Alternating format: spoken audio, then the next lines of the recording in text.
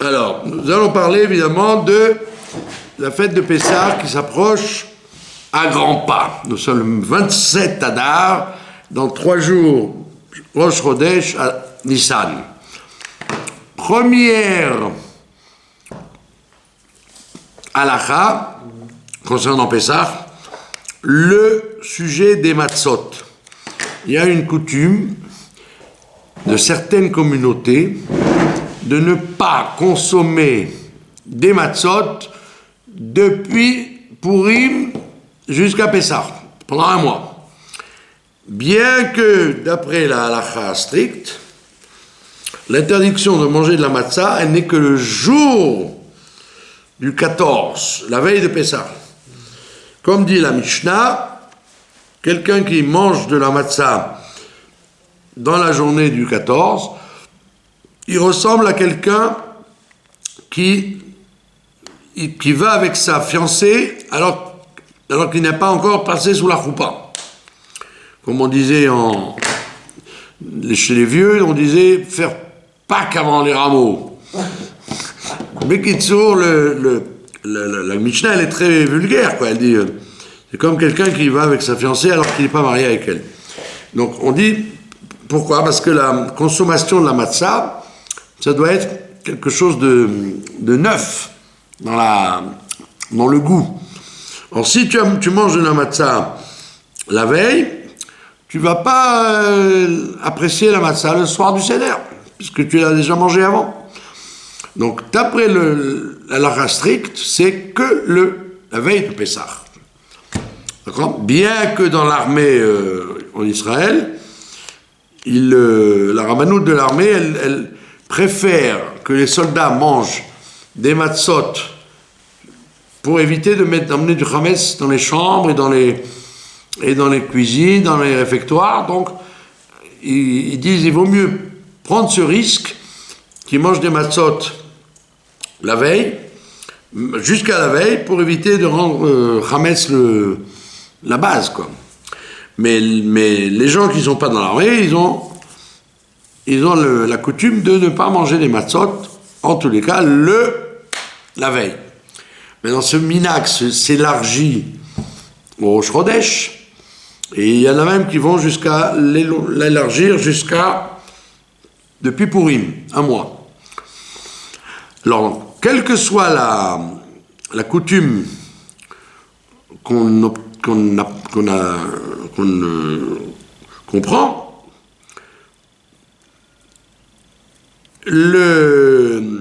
la question se pose, qu'est-ce qu'on n'a pas le droit de manger ? Alors, par exemple, si on fait des knaideler, des boulettes de matzot dans la soupe, eh bien, on dit comme ça n'a pas le goût de la matzah, avec la soupe, il y a du goût de poulet, il y a du goût de soupe, donc c'est permis. Même tard, même jusqu'à la veille de Pessah.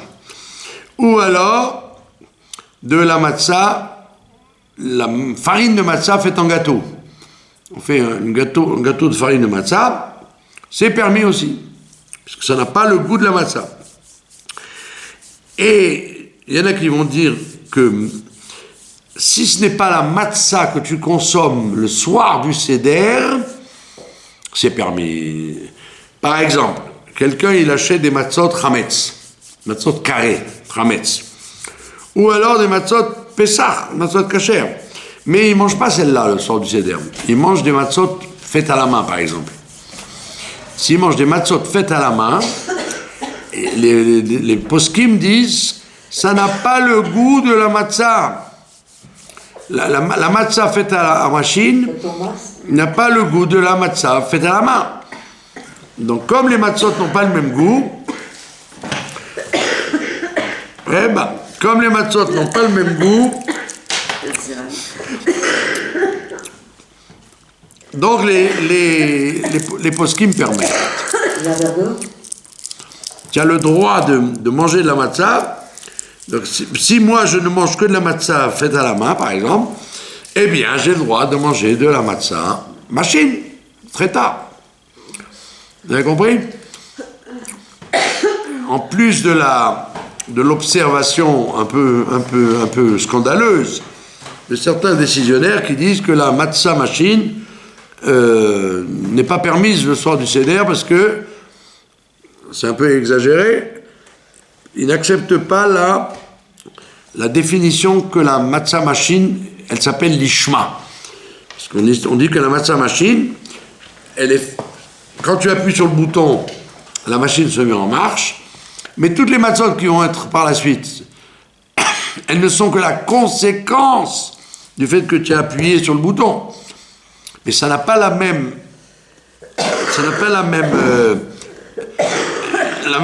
kavana que quand tu manges une matzah faite à la main.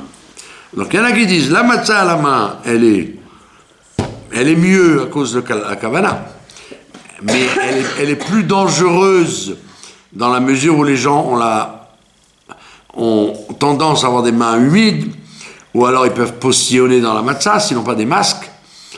Et le postillon, ça rend chametz. Donc il y en a qui disent la matzah main, elle est dangereuse, elle a l'avantage d'être le Shem Shamaim, puisque c'est des gens qui la font, hommes ou femmes. Donc c'est le Shem Shamaim, tu le fais le Shem Matzah. Mais d'un autre côté, elle est plus dangereuse. Alors que la matzah machine, elle est beaucoup plus sûre au niveau manipulation, surtout qu'aujourd'hui les machines, elles sont vérifiées, nettoyées, etc.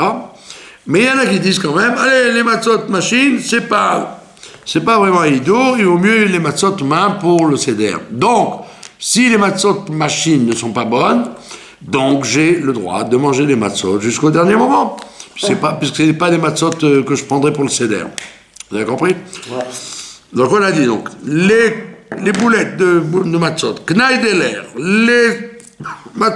les gâteaux faits avec la farine, ou de la matzah machine, si je n'en mange pas dans la fête, j'ai le droit de l'utiliser jusqu'au dernier moment. Et donc là, le hidour de ne pas manger de la matzah avant ne s'applique qu'à la vraie matzah que j'utiliserai le soir du seder. Maintenant, si quelqu'un par exemple, beaucoup de gens, ils achètent de la matzah à la main pour le soir du seder. Mais pour la semaine, ils achètent de la matzah machine. Ils ne mangent pas de la matzah... ils ne font pas le hidour de la matzah main toute la semaine.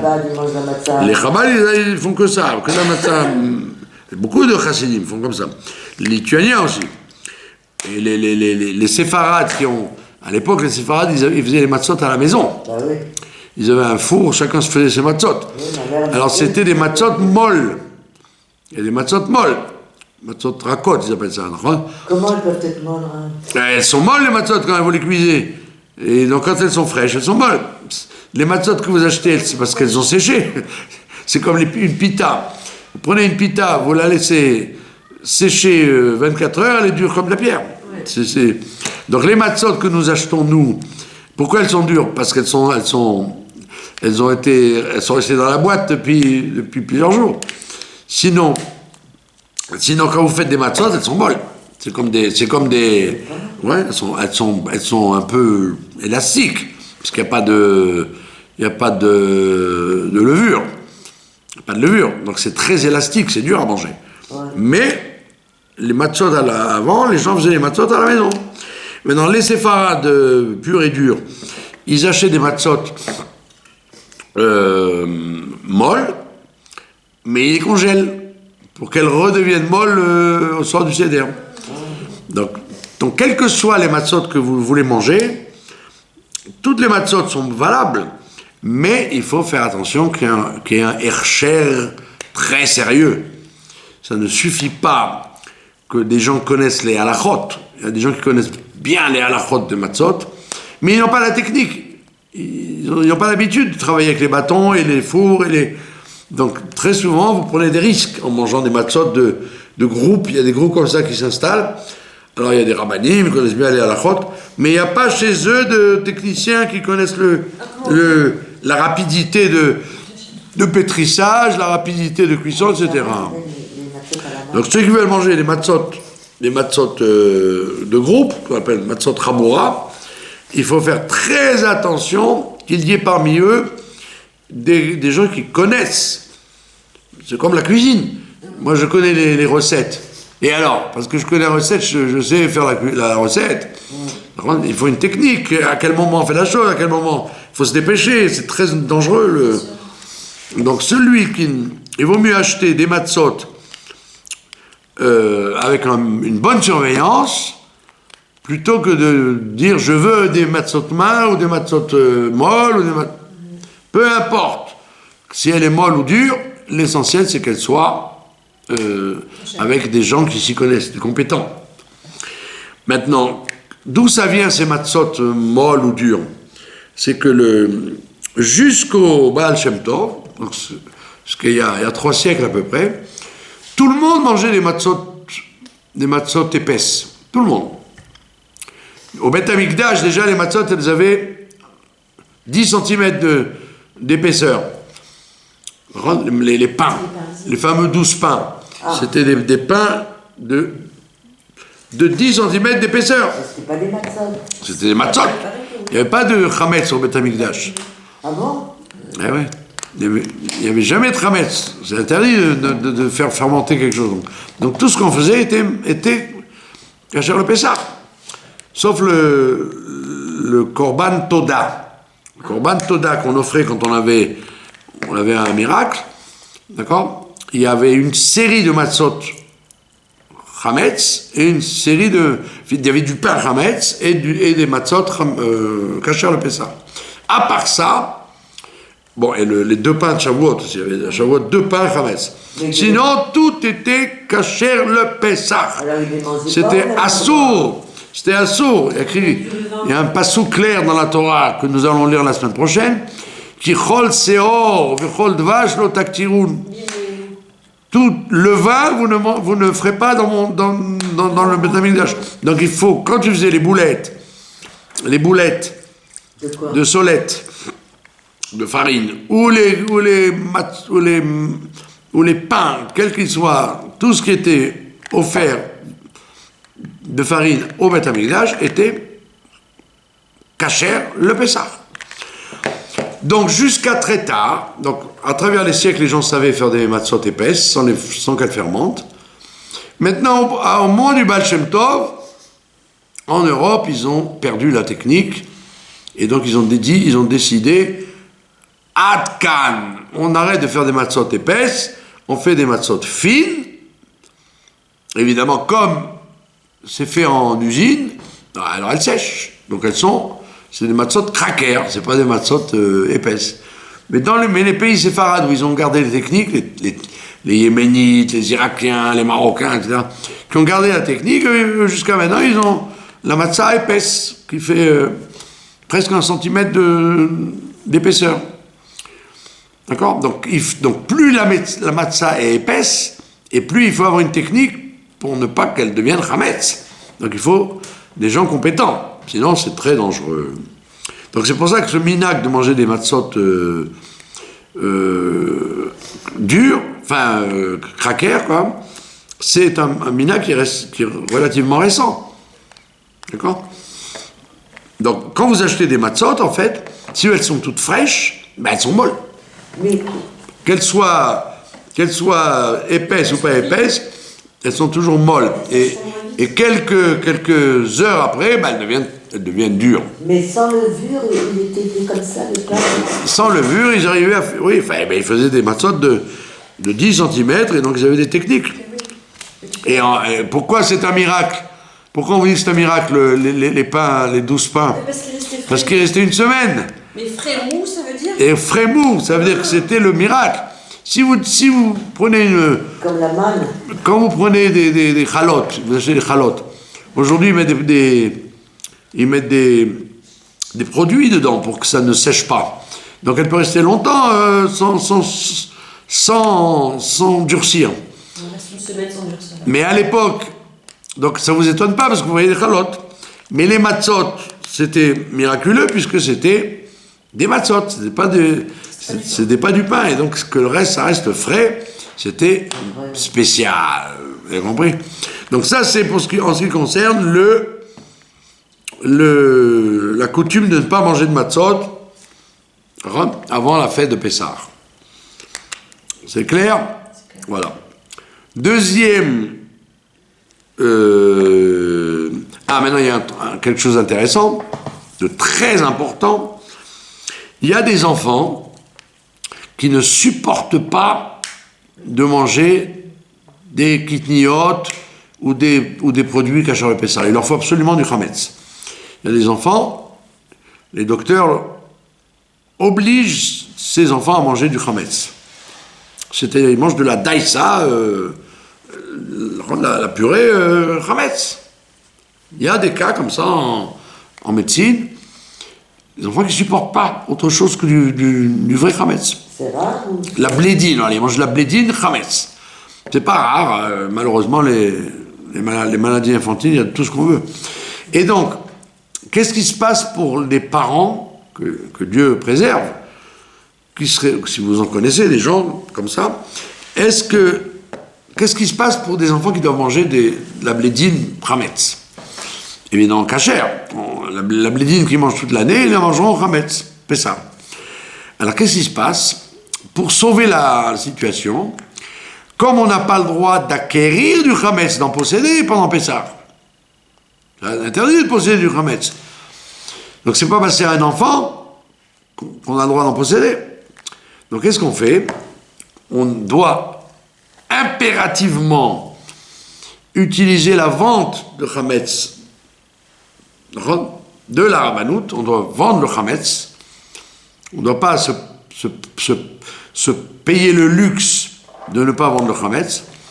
Et donc, dans la vente du chametz que les Rabbanouyot organisent, il y a un paragraphe qui stipule que si je dois utiliser ce chametz, ce n'est pas mon chametz. J'ai vendu tout le chametz aux non-juifs, d'accord? Et c'est lui qui me permet d'utiliser son chametz pendant les 7 ou 8 jours. Il faut le marquer sur le... C'est marqué sur le contrat. C'est marqué sur le contrat que que je suis obligé d'utiliser du chametz, ce n'est pas le mien que j'utilise, c'est le sien qu'il me permet, qu'il ne vend pas, quoi, en fait. Il me le cède au fur et à mesure que j'en ai besoin. Donc si une famille elle a besoin d'utiliser ce chametz, donc elle va prendre des kélim spéciaux pour l'enfant, qu'elle va laver en salle de bain et pas en cuisine, bien évidemment. Et le chametz, donc, ne sera pas du chametz qui appartient à la famille. C'est du chametz qui appartient aux non-juifs. Moi, je ne sais pas ce que j'ai donné à mes oiseaux, hein. Voilà. Maintenant, pour les animaux, comme vous dites, les animaux, les oiseaux, etc., il y a toute une... Il y a toute une discussion. Il y en a qui disent qu'il n'y a absolument pas besoin de faire attention à ça. Moi, j'ai fait attention. Ouais, de faire attention à ça, de donner...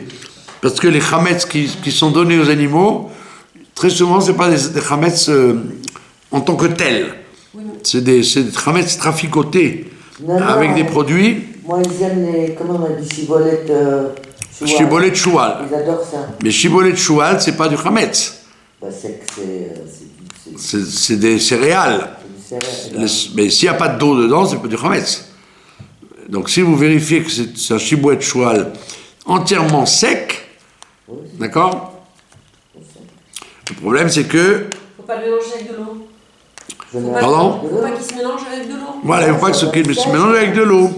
Et il faut, encore une fois, la même technique que je vous ai donnée tout à l'heure, stipuler que ce n'est pas votre chametz. C'est le chametz du goy. Le goy vous a laissé ça et vous lui donnez.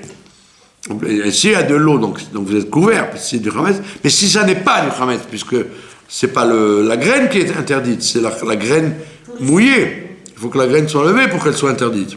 Vous avez compris? Il y a une chose que je ne comprends pas, Rav. Vous avez compris l'astuce? Moi, je faisais les boulettes à mon chat, les boulettes de viande. Moi, ce que je ne comprends pas, c'est quoi? C'est les Tunisiennes qui ont... Le riz? Non, la spécialité, là, qui mettent les matzot dans le... Comment ça s'appelle? Alors, le moussouki. Voilà. Bah oui, alors. Alors, c'est ignan de mettre les matzot dans parce qu'il y a toute une série de minagim sur les matzot. Il y en a qui disent qui ne veulent pas absolument mélanger tout liquide avec une matzah, mais il y a des gens qui permettent la matzah, même à chaud, quand elle est cachère le Pessah, ils disent que ça ne risque rien. Ça devient pas C'est une... Et non, il y a des minagim comme ça. Il y a des gens qui mangent du msouki tunisien ou alors... Il y a des tas de minagim, de gens qui permettent la matzah à tremper. C'est pour ça que dans les grands hôtels... Non, mais elle ne remonte pas la matzah, elle est déjà montée, c'est ça? Ben oui. Là, il y a des hôtels qui font cachère le Pessah. Alors vous avez des fois 2 salles à manger. Vous avez une salle à manger où on mange matzah trempée, dans les soupes, etc. Et des salles à manger où on ne mange pas trempé du tout. L'oshrouya. Donc il y a 2 sortes de coutumes. Donc chacun il a le droit de faire comme il entend et d'avoir tout ça un appui halachique des poskim, parce qu'à travers les siècles, évidemment, il y a tout un éventail de halachot concernant la matzah, si on a le droit de la manger mouillée, pas mouillée, etc. etc. Où on est choshesh, on n'est pas choshesh. Où on craint ou on ne craint pas, en tous les cas, c'est une encyclopédie d'halachot, et chacun a le droit de faire comme il a l'habitude de faire s'il n'est pas makpid de cette halakha. La matzah d'usine, elle gonfle quand même quand elle est dans la soupe. Si c'est une matzah cachère le Pessah, elle ne gonfle pas. C'est pas parce qu'elle gonfle qu'elle fermente. Si c'est une... déjà cuite, c'est déjà de la matzah. Elle est déjà de la matzah, voilà. Donc elle ne peut pas devenir C'est pas de la farine. matzah. Elle ne peut pas devenir chametz. Sauf s'il y avait des grumeaux à l'intérieur. Si c'est pas une surveillance comme il faut, il peut toujours avoir des grumeaux à l'intérieur. Mais on n'est pas toujours... On n'est pas obligé d'avoir peur. C'est pour ça qu'on la fait fine. Voilà, c'est pour ça que les gens la font fine, parce qu'ils sont plus tranquilles. Deuxième halakha, c'est celle qui arrive à Rosh Chodesh. La halakha qui s'appelle Birkat Ha'ilano.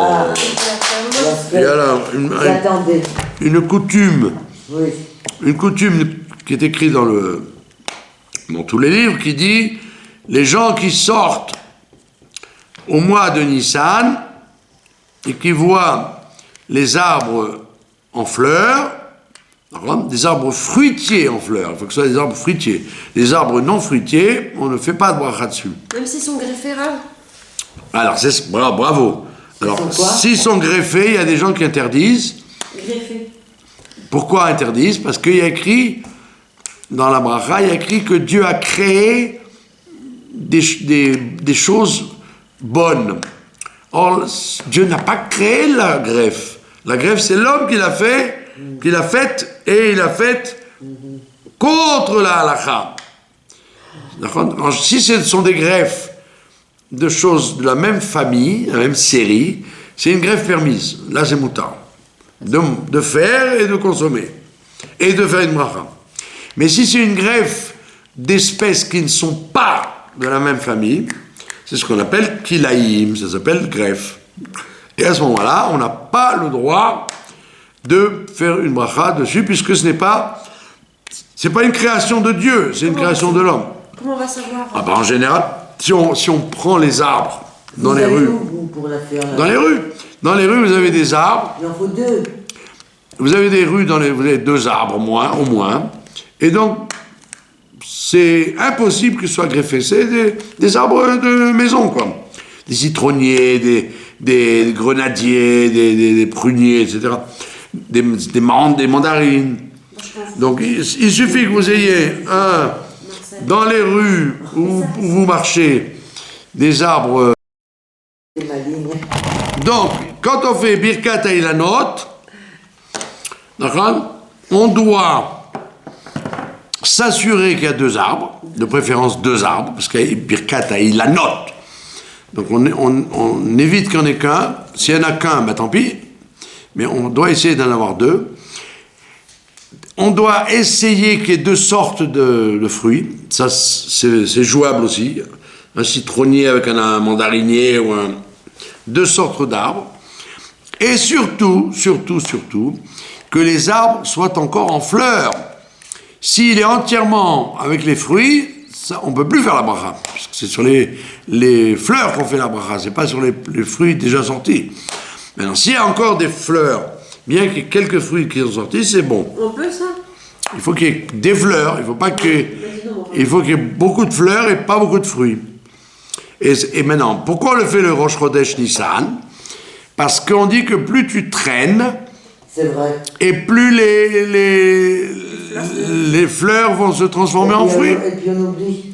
Et on oublie, on risque d'arriver au Rosh Chodesh Iyar sans avoir fait la bracha des arbres. Mais Deuxième précaution, d'accord? Comme vous avez dit fort justement, il y a d'après la Kabbalah, il y aurait des âmes sur ces fleurs. Ouais.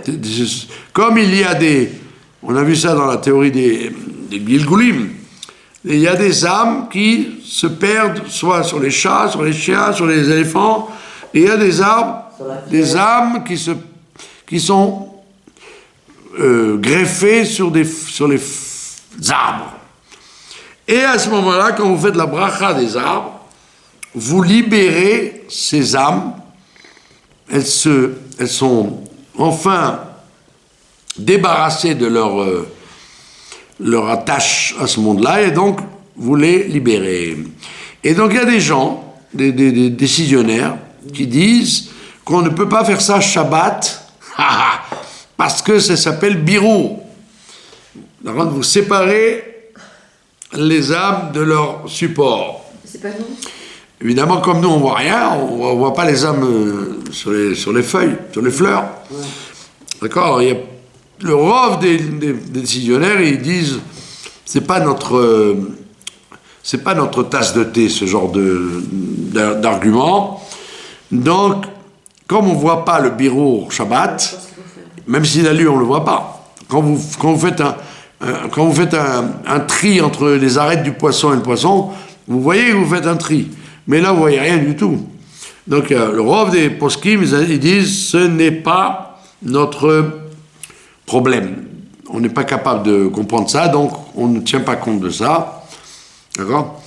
Donc, si vous avez une occasion de faire Shabbat que vous n'aurez pas un autre jour, il faut faire quand même Shabbat. La bracha des arbres.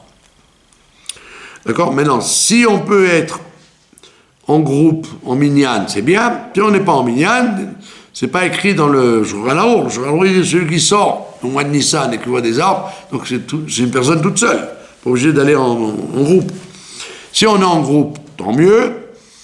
Et Minag Israël, c'est de mettre la tzedaka au moment où on fait la mitzvah. C'est connu. Le Harizal, il dit que chaque fois qu'on fait une mitzvah, c'est bien de faire de mettre la tzedaka. C'est pour ça que le matin, c'est bien de mettre la tzedaka avant la prière, avant d'allumer les bougies, avant de faire le loulav, etc., etc. Et donc la même chose, comme il y a une mitzvah de faire la bracha des arbres, très souvent, à Jérusalem en tous les cas, il y a des maisons où il y a un arbre avec une boîte de tzedaka dessus pour que les gens mettent. Ils pensent à ça, les gens. Où il y a dans le quartier là? Dans le quartier, il y en a. Mekor Baruch. Il y a beaucoup que les travaux n'ont pas démoli encore. Voilà. Autre préoccupation, c'est un minag beaucoup plus masculin, c'est de raconter le Nassi. Ah. Il y a eu... qu'est-ce qui s'est passé à Rosh Chodesh Nissan? La deuxième année, comme on a lu ça dans la fin de la paracha de la semaine dernière, Pikoudé, à la fin, qu'est-ce qu'on nous dit? Que la deuxième année de la sortie d'Égypte, le premier jour du premier mois, Rosh Chodesh Nissan, ils ont inauguré le Mishkan. Ça, c'est Rosh Chodesh. C'était Rosh Chodesh Nissan de la deuxième année. Puisque la première année, ils sont sortis, 15 Nissan. Le 6 Sivan, ils ont reçu la Torah. Le 17 Tammuz, ils ont fait le Vaudor. Donc, Moshe Rabbeinu est resté 3 fois 40 jours. De 17 Tammuz à Rosh Chodesh, de 6 Sivan à 17 Tammuz, 40 jours. 17 Tammuz, 18 Tammuz au Rosh Chodesh Elul. Et Rosh Chodesh Elul à Kippour, ça fait 3 fois 40.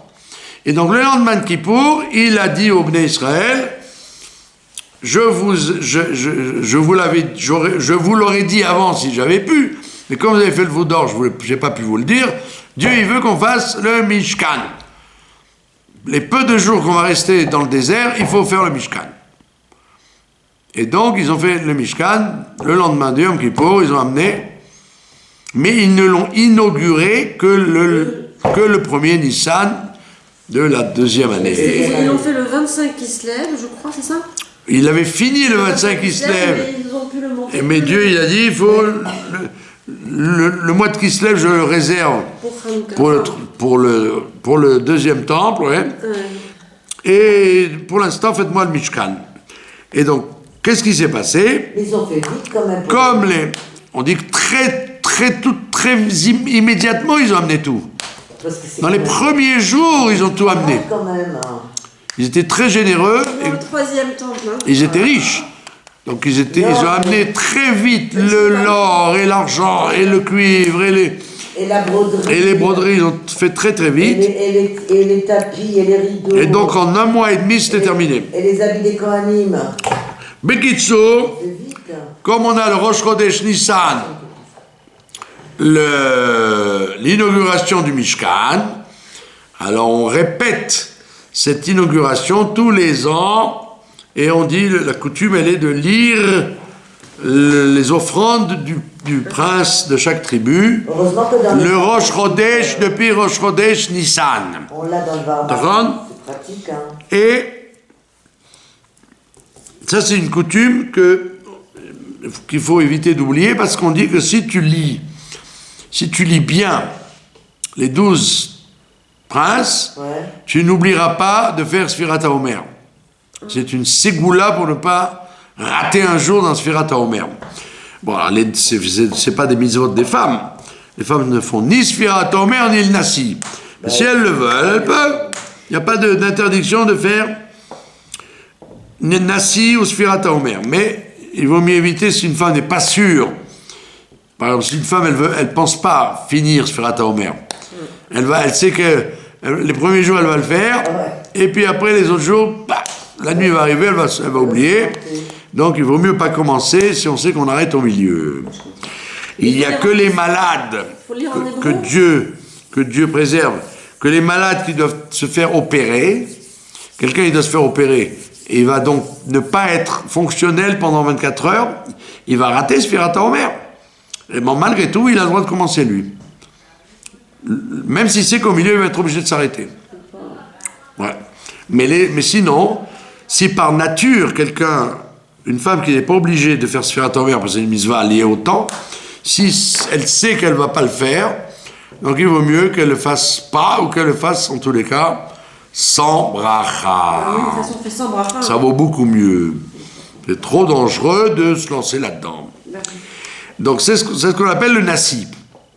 D'accord? Donc chaque jour il y a un Nassi, comme c'était au Mishkan. Le premier jour c'est Yehuda, le deuxième jour c'est Issachar, etc., etc. D'accord?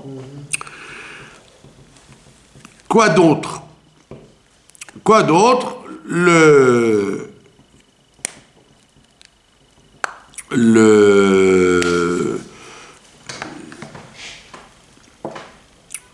minag est de ne pas dire, quand on achète de la viande, on n'a pas le droit de dire j'achète la viande pour Pessah. Il faut dire j'achète la viande pour la fête.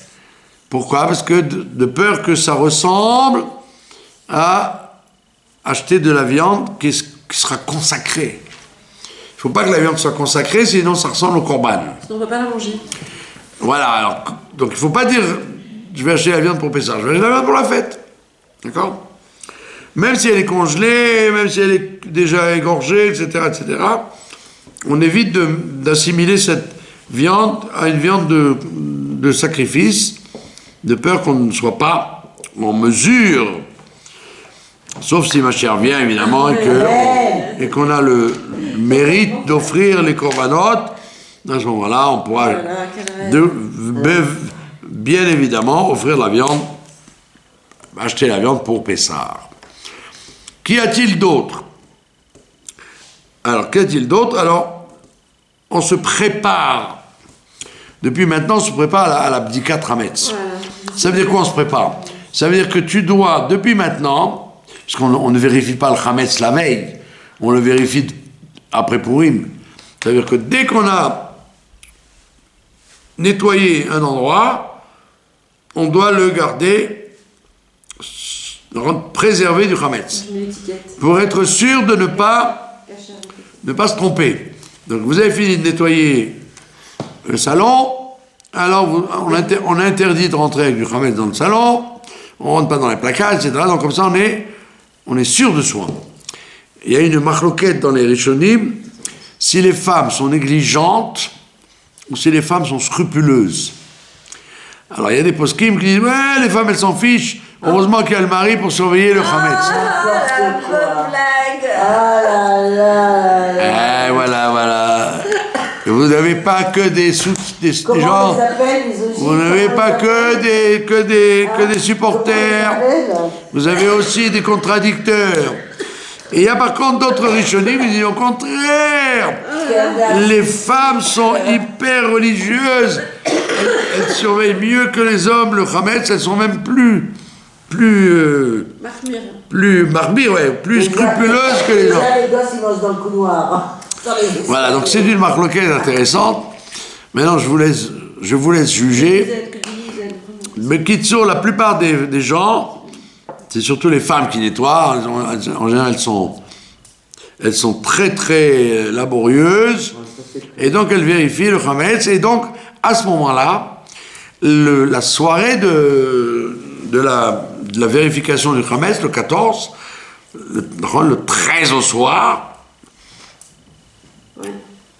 le 14 au soir, pardon, la soirée du 14, les gens, le balabaït ou le frère ou la personne qui vérifie le Hametz, en vérité, c'est presque une inspection des travaux finis. Ça veut dire qu'est-ce qu'on fait? On vérifie et on interroge. As-tu vérifié ce placard? As-tu vérifié ce tiroir? As-tu vérifié cette armoire? Etc. Donc on est tranquille et on supervise. On ne doit pas faire ça en se moquant. Pas comme il y en a qui font, ils mettent 10 morceaux de pain. D'après la Kabbalah, ils mettent 10 morceaux de pain. Et puis ils se contentent avec la bougie de courir après les 10 morceaux de pain. Il faut chercher vraiment. Il ne faut pas chercher les 10 morceaux de pain. Ceux-là, ils sont en plus. Il faut chercher, En dessous les... voir si effectivement il y a des endroits où on n'a pas vérifié. Et en passant, récupérer les 10 morceaux de pain. Et il faut s'arranger pour qu'il y en ait 10. Il ne faut pas qu'il y en ait que 9. Sinon, on se retrouve avec du Hametz pendant la fête. Bon, c'est pour ça d'ailleurs que, d'après la halakha, les morceaux de pain ne doivent pas être gros. S'ils sont trop gros, s'il y a un kazaït, on a peur que s'il y a un kazaït et que tu ne le retrouves pas, bah tu t'es retrouvé avec un kazaït Hametz dans la maison. Donc on prend des petits morceaux qui n'ont pas kazaït. Pour qu'en tout il y ait un kazaït. Vous avez compris? Tout un kazaït. Oui, maximum, pour éviter de... On va pas les perdre. Mais grave. On prend des petits morceaux pour être sûr qu'il n'y ait pas kazaït. Quand on est seul, c'est pas pareil que quand on a... Quand on est 50 ou qu'on est seul, ça n'a aucun rapport. Dommage, c'est pareil. Il faut prendre des morceaux de petite taille, qu'on emballe bien pour pas qu'ils s'émiettent C'est pire, mais dans la maison. J'ai pas de sous le lit, j'ai Mais pas tu de... dois faire attention aussi, c'est encore pire. On doit avoir du Hametz partout. On peut avoir du Hametz partout. Il y a des gens qui rentrent, des gens qui sortent. Mais non, mais C'est la vie. Mais quand on habite seul, Rav. Même quand on habite seul, il peut y avoir toujours une bouteille de whisky qu'on a oubliée dans un placard, une bouteille de bière qu'on a oubliée dans un tiroir. On sait jamais. On sait toujours. Ou un bonbon qui a glissé en dessous du lit. Allez. Voilà. Bekitso, voilà le travail du mois de Nissan, c'est de vérifier le Hametz. Et en ce qui concerne la vente, ne pas faire comme les gens d'avant qui évitaient de vendre le Khametz parce qu'ils ne savaient pas vendre. Aujourd'hui, il y a Moi aussi, je vais faire. des gouffés à la chod, des rabbanim compétents qui vendent le Khametz comme il faut. Et donc, il faut absolument éviter de jeter le Khametz. Il y en a qui jettent du Khametz, c'est un issou de Baal Tashrit. Moi, je mets dans le placard. On doit vendre le Khametz et ne pas le jeter. Dans le couloir. Parce qu'on n'est pas capable aujourd'hui, avec l'abondance qu'il y a, on n'est pas capable de terminer toutes les bières et tous les vodkas et tous les whiskies et tous les gâteaux et toutes les pâtes qu'on a dans les armoires. Donc, il faut absolument vendre pour ne pas faire du gaspillage. C'est du Baal Tashrit de jeter une... Je vois des fois des gens qui vous jettent des bouteilles de whisky entières dans le feu, des bouteilles de 200 shekels.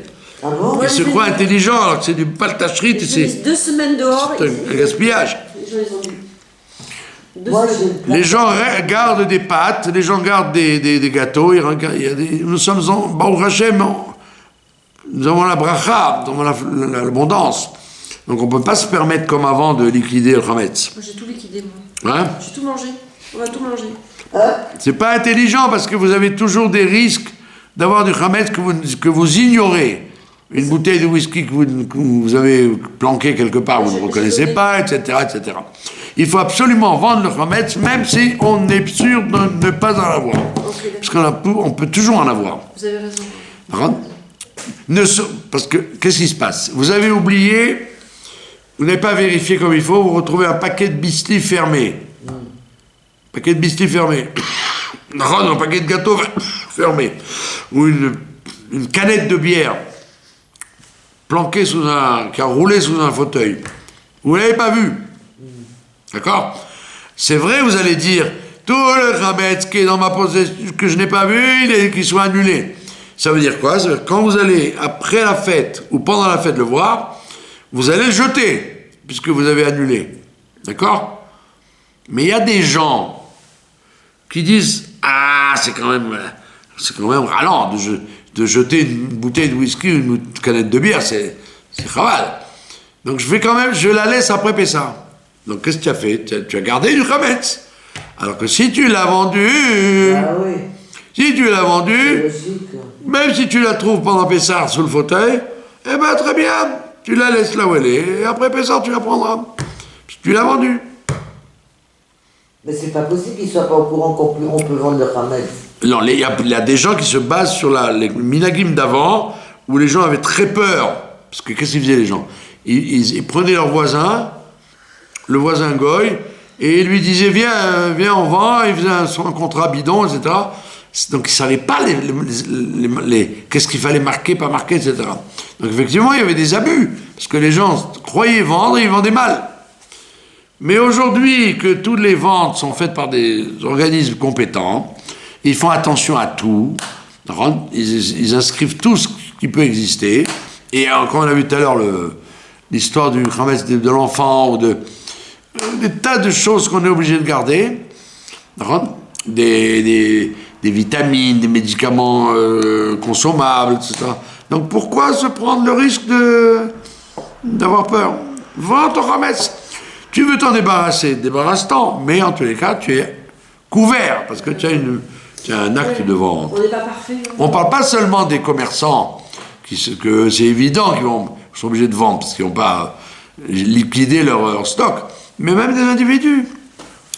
C'est très rare, à moins d'être dans la misère, c'est très rare de ne pas avoir des stocks de pâtes et de farine. Moi, j'ai pas de stock. Les gens, ils ont du stock en général. Moi, j'ai pas de stock. C'est rare. La plupart des familles, ils ont de l'avance pour les enfants, pour les invités, pour les surprises, etc. Mais j'ai aucun stock. On ne parle pas simplement, on ne parle pas des kidniotes. On ne parle pas des bouteilles d'huile, kidniotes. Non, on parle du vrai Khametz. Très souvent, je vous ai raconté ça 300 fois, on avait convaincu à Guillot une famille d'Irakiens qui ne voulaient pas vendre, qui disaient ouais, les Ashkenazim ils vendent, mais on ne vend pas. Pendant qu'ils discutaient avec mes collègues, moi je suis rentré dans la maison et j'ai vu un bar magnifique avec toute une série de liqueurs et au milieu il y avait une bouteille de whisky. Je lui dis, monsieur, tu veux pas mon Hametz? Il me dit, non, chez nous, on n'a pas le minag. Je lui dis, voilà, c'est quoi ça? Mais c'est une liqueur. Je lui dis, c'est pas une liqueur, c'est du whisky. Et c'est quoi le whisky? Du Hametz. Pur, intègre, intégral. Hein? Pure grade. Pur. Il m'a dit, ah, t'es sûr? J'ai dit, ben, c'est quoi? Appelle le Rav Ovadia Yosef maintenant. Appelle-le, on va lui téléphoner. Il va te crier au téléphone. Alors il a accepté, sauf de vendre son Hametz. Donc c'est toujours risqué. Voilà. Est-ce que vous avez des questions? Oui, j'ai une question. Ah ouais, les parents. Rav, j'ai un bouquet. Il y a une tonne de questions. J'ai un bouquet. Et Avec des épis. voilà. Eh ben alors, C'est safe.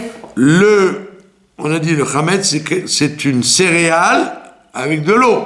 Si c'est une céréale sans eau, il n'y a pas de problème. Toute l'année, je la regarde et je dis, il faut que je demande au Rav Barkas. Voilà, donc c'était un court préambule Oui. pour se chauffer un peu, se mettre dans l'esprit, dans l'atmosphère de la fête de Pessah.